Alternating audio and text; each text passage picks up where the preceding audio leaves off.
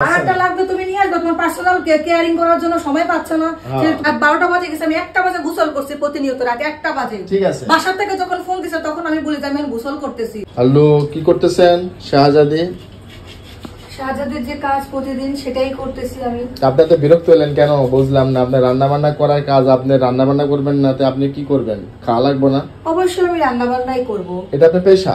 হ্যাঁ অবশ্যই আমার পেশা। তাহলে এই কথা বলবেন না। আপনারা সবাই বসে থাকবেন জমিদারের মতো, আর আমি বসে বসে এখানে রান্না করব, পেটে বিলে দিব, বাচ্চাকেও দেখবো, সবকিছু আমিই করব এখন থেকে। আমি তো করব, আমি ছাড়া কেউ করার নেই তো এখানে। আচ্ছা আমার একটু বুঝাও তো।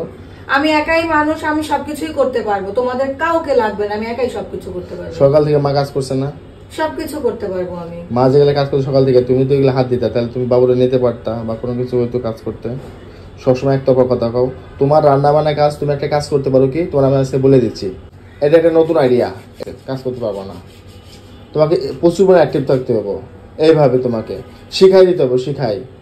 এই রান্না খাওয়া দাওয়া করতে করতে ভাই জীবনটা শেষ করার দরকার নাই, ভবিষ্যৎ বলে কিছু আছে। কথা ক্লিয়ার? রান্নাটা জন্মের পর থেকে সমস্যা। ঠিক আছে, আজকের পর থেকে কিছুই বলবো না তোমাদেরকে। তোমরা পায়ের উপর পা তুলে খাবে আর আমি আমার মতো কাজ করবো।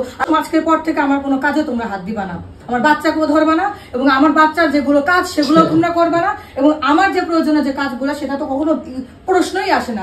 রান্নাঘরেও আসবে না। আমি তোমারে বলি, রান্নাঘরেও আসবে, তোমার রান্না বান্না কাজ রান্নাঘরেও আসবে না। না, রান্না খাইতে তো হবো, তোমার রান্না করা লাগবে খাবার তো আমি খাবো, আমি খাওয়ার জন্য সবসময় আমি সবকিছু করি। সংসারটা শুধু আমি আমার জন্য আমি সবকিছু করি, ঠিক আছে? তোমাদের জন্য কোনো কিছুই আমি করিনি, করবোও না। আমার যে কাজ আমি সেগুলো করলেই তো হয়েছে। চাকরানি রাখতেছি আমি তো তোমার ঘরে চাকরানি কেন? চাকরানি আমি তো ঘরে চাকরানি কেন রাখবো? আরেকটা লাগবে, আরেকটা লাগবে তুমি নিয়ে আসবে, তোমার পার্সোনাল কেয়ারিং করার জন্য সময় পাচ্ছ না। পার্সোনাল চাকর যদি রাখতে চাও, তোমার পার্সোনাল চাকর রাখো। আমার তো দরকার নেই, না হচ্ছে না তো। আমার দরকার নেই কোনো চাকরের, কারণ আমি নিজেই একটা চাকর এই ঘরের ভিতরে। আমি নিজেই একটা চাকর, কারণ তোমরা সে চাকরের আসনে আমার বসায় রাখো। তোমার হেল্প করার জন্য আরেকটা লাগবে না? কিছুই লাগবে না আমার।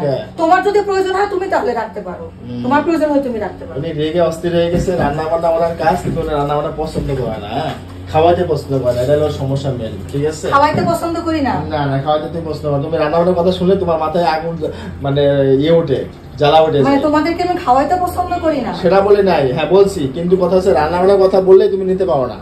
রান্না তোমার কাছে একটা বিরক্ত লাগে, মানে মানুষের কিন্তু মেয়েদের হলো মেন রান্না আমার কাছে বিরক্ত লাগে, আমি সেটা বলছি। বোঝা যায়। এই 10 বছর সংসারে রান্না বান্না তোমাকে কে করে খাওয়াইছিল?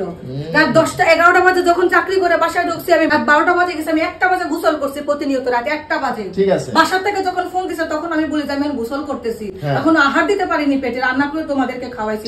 আজকে তুমি সব ভুলে গেছো?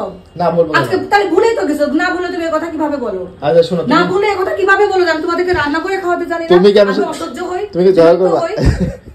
জয় করবা?